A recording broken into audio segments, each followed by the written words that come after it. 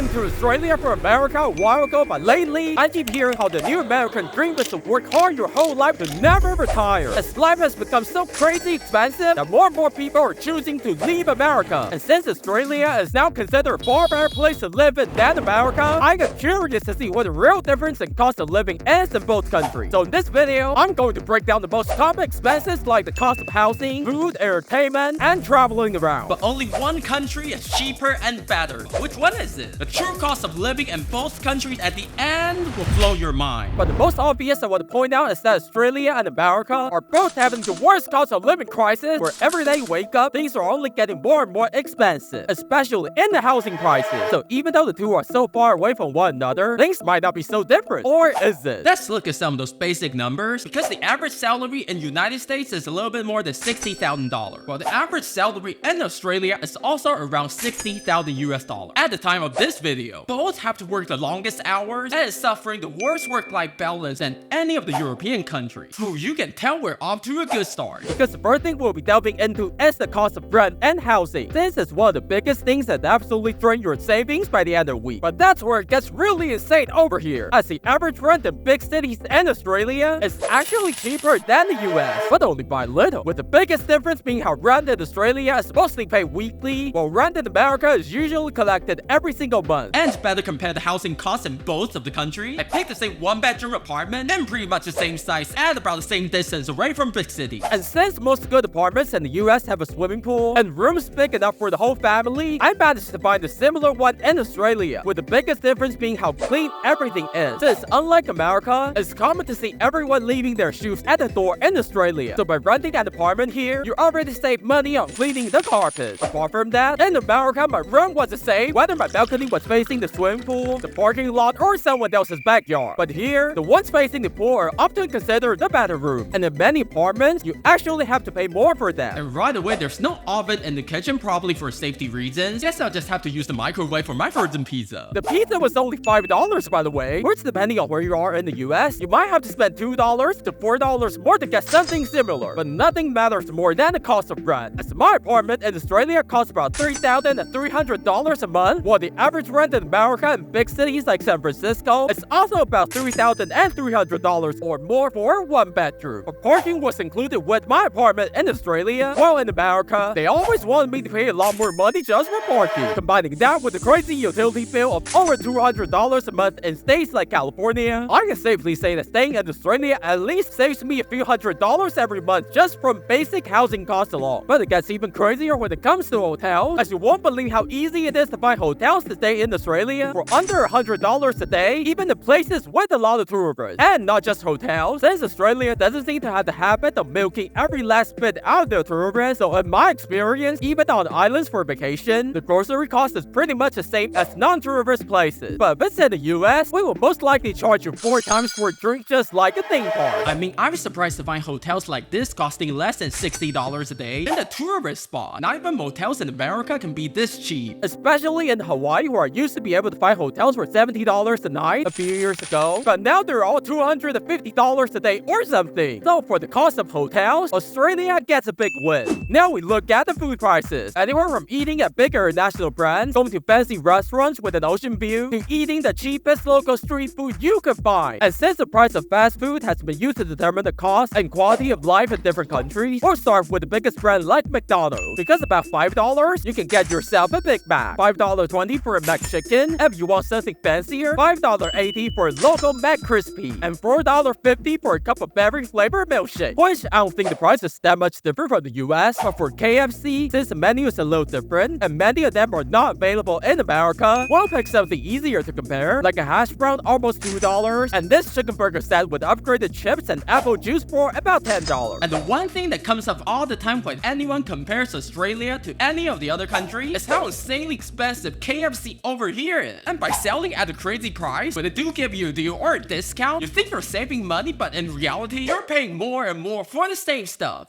But compared to the price in America, Australian KFC is maybe a couple dollars cheaper, but we still don't have a clear winner. So let's hope Subway can settle this one. Since they're doing all sorts of promotions, and the foot-long vegetarian Subway ended up costing $8.40, which I remember it was $9.49 in California last time I checked. So that's a small victory for Australia. But sadly, one thing thing the fast food business in both countries have in common is how they price their menu completely different depending on where you're buying them, in the big city or in a small town, since they have to charge more to cover labor, rent, and local taxes. But unlike America, fast food is not the cheapest you can get, as eating out in Australia can sometimes be even cheaper. So let's start with some of the cheapest, like this $7.20 Vietnamese sandwich, which would usually cost you $10 in California. This $7.80 vegetarian biryani, which I kid you not, in California will cost you almost 2 times more at $14. And this $12 Japanese ramen is so delicious in Australia, but in America, you'll be lucky to find one below $18. And since we're talking about Japanese food, sushis in Australia are shockingly cheap, as this sushi roll only cost me $3.60 in the supermarket. And in a professional sushi restaurant, you can get one for $5.20. But in California and the US, I don't think I've ever seen one below $8. So if you love sushi, it seems like you can save a ton just by living in Australia. But who puts avocados into their sushi?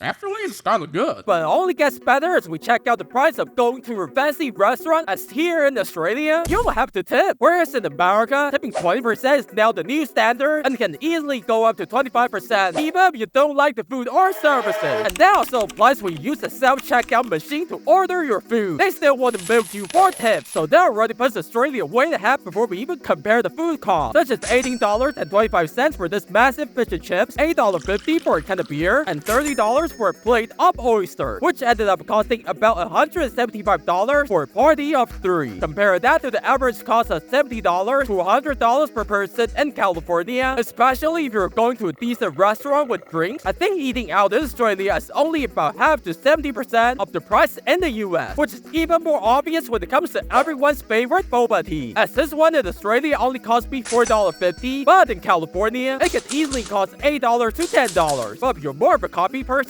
this instant coffee of 8 servings only costs $5 here. And coffee over here tastes surprisingly good, so if you love drinking it, you're going to love this place. And for the price of snacks, the potato chips are $1.80. This massive box of Arnott's, which is Australia's most iconic snack, costs $3.30. And this pink sugary cookie, it's only $1.30. I tried to buy the same stuff on American Amazon, but they cost $17 or something because they came all the way from Australia. What's also going to cost you more is the Slurpee from 7-Eleven, as the large cup of Slurpee only costs $1 here, but in America, you have to pay $2 for it, at least where I live. But if you're looking to save money by eating at the Australian Costco, you'll be shocked to find that the price for the same hot dog and drink combo, which would normally be $1.50 in the US, is only $1.27 after conversion. So in the battle of food prices, we can safely say Australia is way cheaper. So you might think the two countries are completely different because they're so far away from one another, but I'm seeing the same problem here as in America, where unhealthy foods like junk food, potato chips, chocolates are way cheaper than any of the healthier foods, leading to the obesity epidemic in both countries. And this isn't just a health issue, but it also links to the growing income inequality, which is as serious as the cost of living crisis we're both having. And now we compare the cost of buying stuff, since Australia is known for having crazy expensive iPhones compared to America, especially with taxes. But after checking out a lot of international stores like Target, I find the prices of many things are either the same or a bit cheaper. And to my surprise, they're even selling Cheetos underwear for only $7.50 after conversion. So I look up on the internet and apparently you can get something similar in the America for about $14 or so, which is almost 2 times more expensive. So I guess that's a win for Australia. Now the only problem is, who's going to wear this? But fuel prices in Australia wouldn't be the same story, as the leader here was $1.60, but in California, it was only $1.15, both in Australian dollar, making it almost 30% cheaper. And I heard the reason for that is largely taxes, since both countries produce a lot of oil, but Australians somehow had to pay way more for the same stuff. But on the other side, many museums I visited in Australia were free, and going to a zoo was only $25, as compared to the zoo in California, which is $31 on weekends. Watching a movie is also way cheaper in Australia, as my local theater only costs $11, but in places like New York City, it will cost you about $20, which is almost 2 times more. And the funny thing is, since Australia is about 80% the size of America, you would think that traveling from one side of Australia to the other side would be cheaper, but in reality, that would cost me about $170. But in America, traveling from one side to the other only costs $70-something, which makes traveling in America much cheaper. But even though many Australians living in America are saying how America is so much cheaper, and they'll never move back to Australia due to how expensive everything has become just by the food being cheaper, and you don't have to pay for tips, and with so many buses being free, you can already save a bit here and there. And you won't know how insane life in America America is just look at going to a university. My friend went to a good university in Sydney as an international student, and she pays about $25,000 per year. But if you want to go to my local university in California as an international student, last time I checked, it could cost you over $50,000 a year, more than 2 times more expensive, leaving many people with student debts they can never afford to pay. Now we're back at the apartment and ready to figure out who has it worse, as Australia and America are both living through the worst time as witnessed by their citizens. And I believe in the end, the pain in our everyday life is not so different, both being destroyed by social media, with the lowest self-esteem and highest level of anxiety seen in the younger generation, with more and more people quitting their work because they don't see an American dream or an Australian dream at the end of all this hard work, and times away from your family and loved ones. What's the point of working multiple jobs, trying to save up for the down payment for your first home, only for it to be snatched away by some kids with generational wealth and absolutely zero hard work? And this just isn't fair for any of you. But lucky for you, I know who's responsible for all of this. Our politicians need to make better decisions, and we as the people have to let the super rich know that we too have the right to housing. If we look at the countries with affordable houses, and both the US and Australia, which are suffering from the worst housing market on the planet, what's the obvious difference? Well, it's too easy for anyone to come here and buy up all the houses as investment. Whereas in many other countries, they either stop foreign companies from buying houses or use heavy taxation to stop companies from taking everything away from the people. And you know what? If all things are equal, and you're getting paid the same doing the same exact jobs in both countries, I might pick Australia over America, as the Australian culture is not one about chasing the hot money and getting rich quickly and the fanciest car, but rather one surrounded by love and friends. Knowing that by the end of the day, whether you're a bus driver, a housekeeping lady, or the unsung hero that cleans up the street at night, you're all human beings, and that means you deserve to be thanked and respected. And for that, I want to thank all my lovely Australian mates for being such role models for other Western countries by holding the bar for human rights so high up, letting us know that a fellow human should be treated not with hate, but with love and respect. But that's why up next, we're checking out all the worst mistakes you can make when traveling to Australia that many tourists don't even know, and you can click on the video to find out what it is.